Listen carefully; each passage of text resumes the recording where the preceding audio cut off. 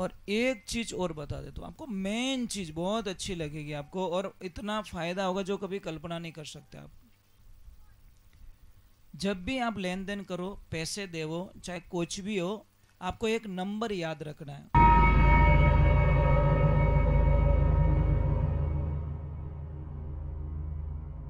सोनू महाराज जी के भजन व प्रवचन सुनने के लिए चैनल को सब्सक्राइब करें, बेल आइकन को जरूर दबाएं, शेयर करें, कमेंट करें, लाइक तो जरूर करें।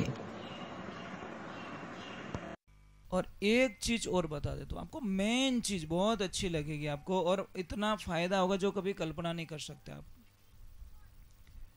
जब भी आप लेन देन करो, पैसे देवो, चाहे कुछ भी हो, आपको एक नंबर याद रखना है।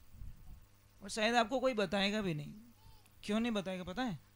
क्योंकि आप पैसे वाले बन गए तो ये सबसे बीमारी है, बड़ी बीमारी। नहीं, मैं ही बनूं पैसे वाला। और हमारे यहाँ पे ऐसा नहीं है। हम चाहते हैं कि आप बनो, आपके पास खूब पैसा हो, मतलब गाड़ी बंगला सारी सुविधा। पर वो होगा कैसे? आपको एक नंबर याद रखना है। क्या रखना है? 708 नंबर। कितना? 708। समझ में आई ना? वो दुनिया में किसी ने किसी को बताया नहीं अभी तक, वो बताएंगे भी नहीं। क्यों नहीं बताएं? कारण यही है कि कहीं ऐसा ना हो जाए कि आज ये साइकिल लेके घूम रहा है, कल ओडी लेके आ गया तो मेरे को रात को नींद आएगी नहीं। और हम चाहते हैं कि आज आप साइकिल से आए हो या बस से आए हो, और जब कभी भी आओ तो आपके पास वीआईपी कोई कार हो, आपके पास पैसे हो। परंतु ये सारी चीजें काम कब करेगी? जब आपको विश्वास होगा तो। अगर विश्वास नहीं है तो ये चीज कुछ भी नहीं। इसमें पावर बहुत है, बहुत शक्ति है। कितना नंबर याद रखना बताइए? बोलना नहीं है, मन में रख के देना। जैसे आप किराना की दुकान से सामान ले रहे हो, पैसे दिए आपने, पर मानसिक स्थिति में 708 नंबर आपको याद आना चाहिए। ये ध्यान रखें। देखिए,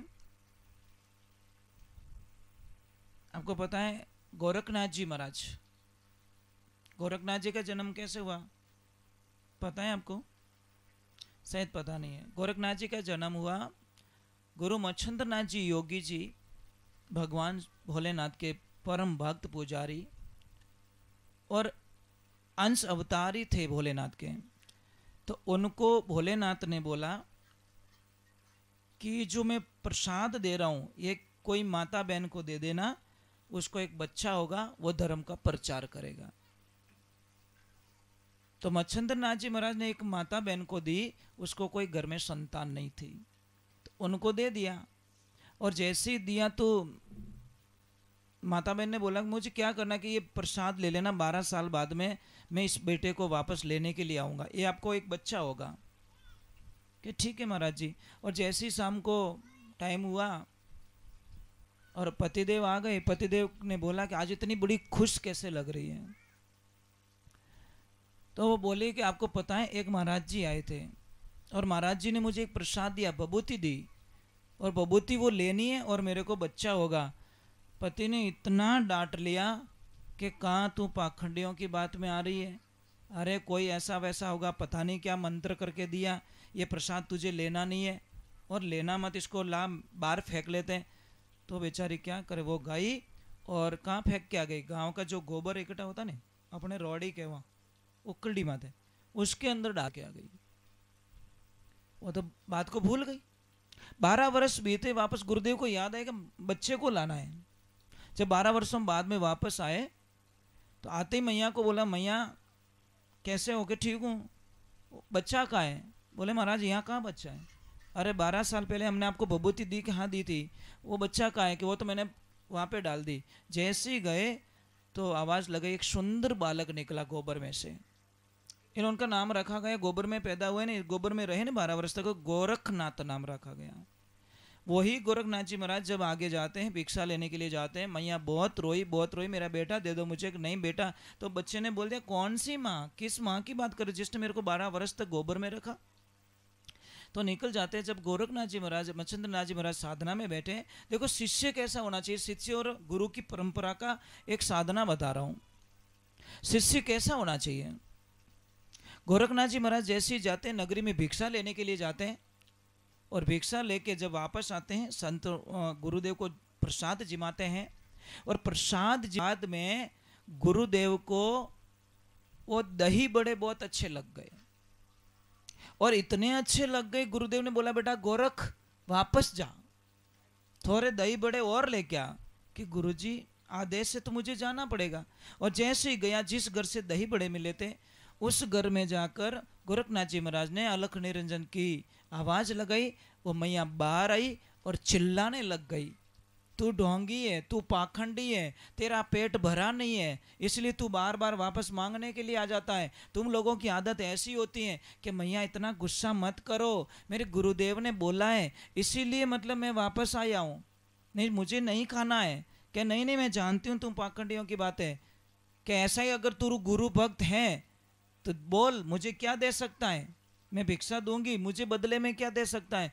तो उसने बोला मांग के तो देखो, क्या देख नहीं दे पाएगा, क्या नहीं मांग के तो देखो, कि ऐसे ही अगर तू सच्चा गुरु भक्त है तो मैं दही बड़े के बदले में तेरी आंख निकाल के दे दे। बोला मैया लेके तो आओ। जैसे मैया लेने के लिए गई, गोरखनाथ जी महाराज ने अपनी साधना के आंख को निकाल के हथेली में रख लिया, और जैसे ही माता जी आए, देखा ये क्या आपने आंख मांगी, मैं मेरे गुरु के लिए कुछ भी कर सकता हूँ, तो आपने आंख मांगी, आपका आंख का काम है, आप आंख लीजिए और मुझे एक दही बड़ा दे दीजिए। एकदम वो माँ रोने लगी कि मैंने ऐसा नहीं जाना, ऐसा योगी नहीं देखा तुम्हारे। और जैसे ही वो गए, गोरखनाथ जी महाराज की आंख में जब खून देखा तो गुरुजी ने बोला क्या हुआ बेटा, कि मैया ने आंख मांगी थी मैंने दे दी। फिर गुरुजी ने साधना के माध्यम से उनकी आंख वापस ठीक की।